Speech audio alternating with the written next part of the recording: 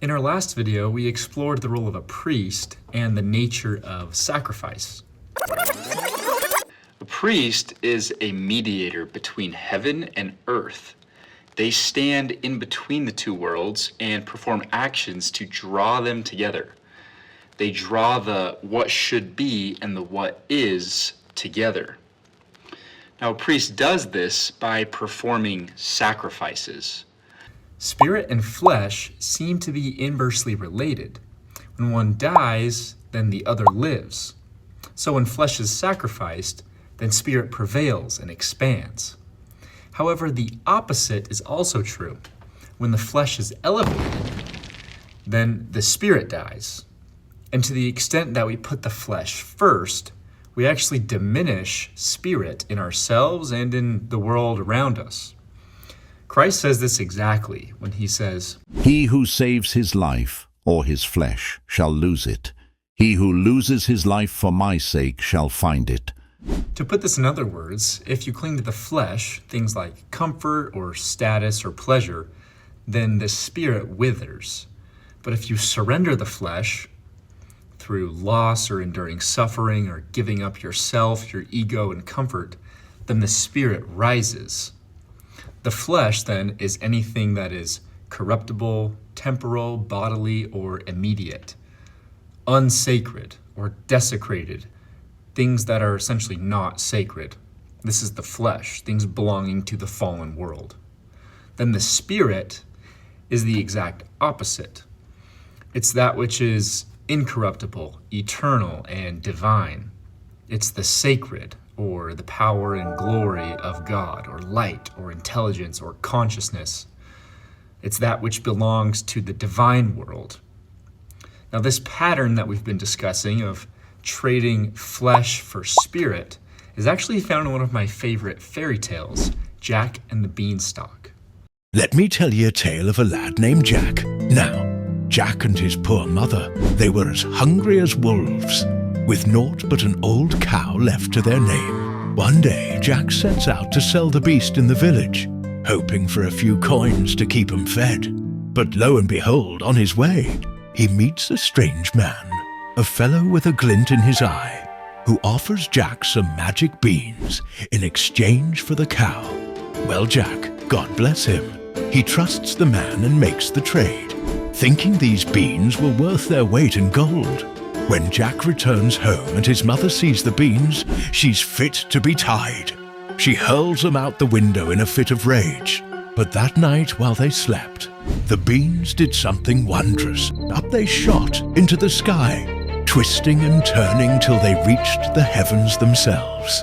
By morning's light, Jack, curious as ever, climbed that beanstalk, higher and higher, till he was up in the clouds.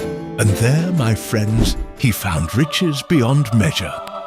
Gold, a harp that sang on its own, and a hen that laid golden eggs. Now, the treasure was guarded by a giant, fierce and mighty. But Jack was clever, sly as a fox. He outwitted that giant and took the treasures for himself. With his prize, Jack slid back down to the ground, and from that day on, he and his mother never went hungry again. And so Jack lived happily ever after, a lad with magic beans and riches aplenty. Disguised in this story is the principle of sacrifice, of exchanging flesh for spirit. In this story, Jack exchanges pure flesh, a cow, for something odd, a few beans or seeds.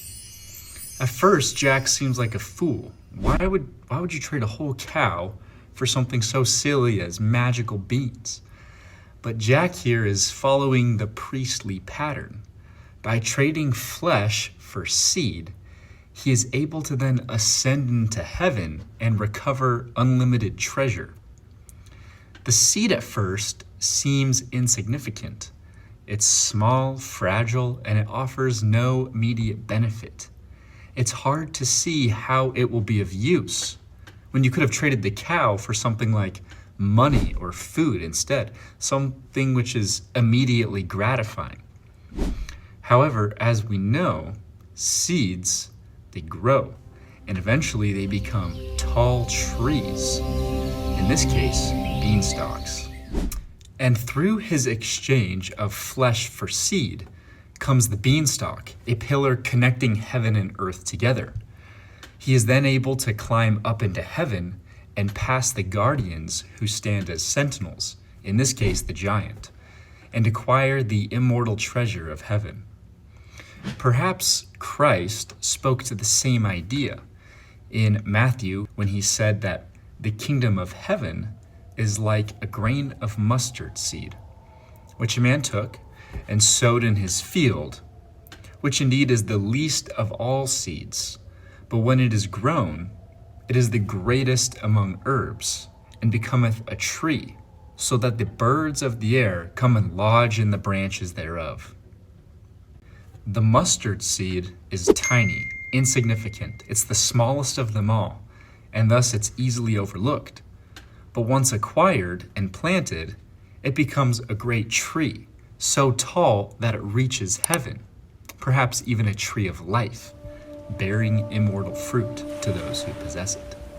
However, the world sees the flesh as valuable, the cow, and the seed as worthless. But spiritually, it's the opposite. Heaven is reached through a tiny seed, acquired by trust and sacrifice. But the world sees this as foolish. Jack, and Christ for that matter, are the holy fools. They're foolish because they reject the logic of fear, of survival, and pride. They trade security and what some consider common sense for something higher, some unseen truth. After all, what's more valuable?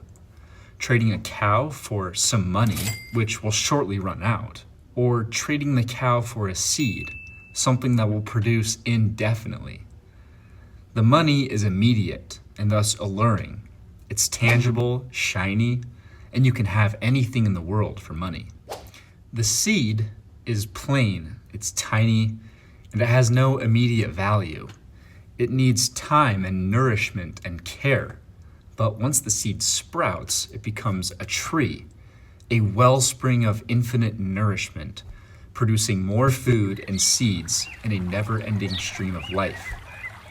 Perhaps this is why Christ says in Matthew that you can't serve God and mammon or money. If you're exchanging the flesh for money, like the cow for money, then you'll never get the seed or the magic beans. Another perfect example of exchanging flesh for spirit or seed is the story of Abraham. After struggling for years and years without being able to have children, an heir, Abraham is finally blessed with a son, Isaac. He rejoices and praises God for his son, but is then asked to sacrifice him. Abraham is asked to sacrifice the flesh. So Abraham and Isaac carrying the wood for the burnt offering, they ascend to the top of the mountain, where an altar is prepared. And just as Abraham is about to sacrifice Isaac, an angel stops him. Abraham passes the test. And what is Abraham given in exchange for the flesh that he offered up? Well, Genesis 22 gives us the answer. Because thou hast done this thing, and hast not withheld thy son, thine only son, I will bless thee. And in multiplying, I will multiply thy seed as the stars of the heaven, and as the sand which is upon the seashore. And in thy seed shall all the nations of the earth be blessed.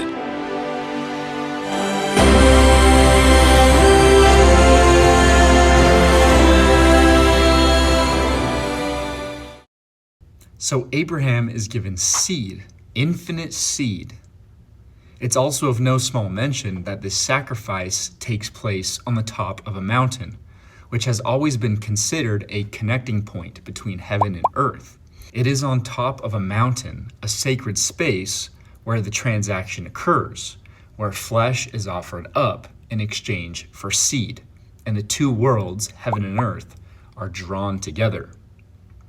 The seed is given to Abraham on the mountain, which he is promised will multiply and grow to bless all the nations of the earth.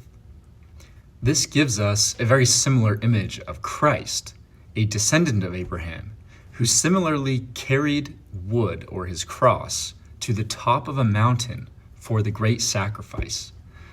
At the top of this mountain, Christ is hung on the cross being the intersection of the horizontal and the vertical.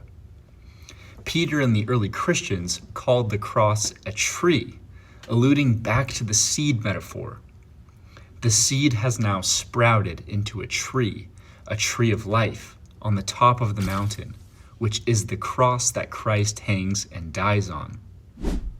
In the Christian tradition, this sacrifice makes available to man immortality and eternal life, the fruit of the tree of life. This sacrifice makes the whole world sacred. That's actually what the word sacrifice means. It means to make sacred. And sacred means to contain the divine presence or spirit. So through this making sacred or sacrifice of Christ, the divine and the fallen worlds are brought together. Thus, in the scriptures, we read that the veil in the temple was rent in twain. The division between heaven and earth was parted. And thus we learn that sacrifice parts veils. This is why altars are often placed before veils in temples. So something is made sacred when the flesh of the self dies in a voluntary act of love to exalt another. This is how redemption is brought about in the world.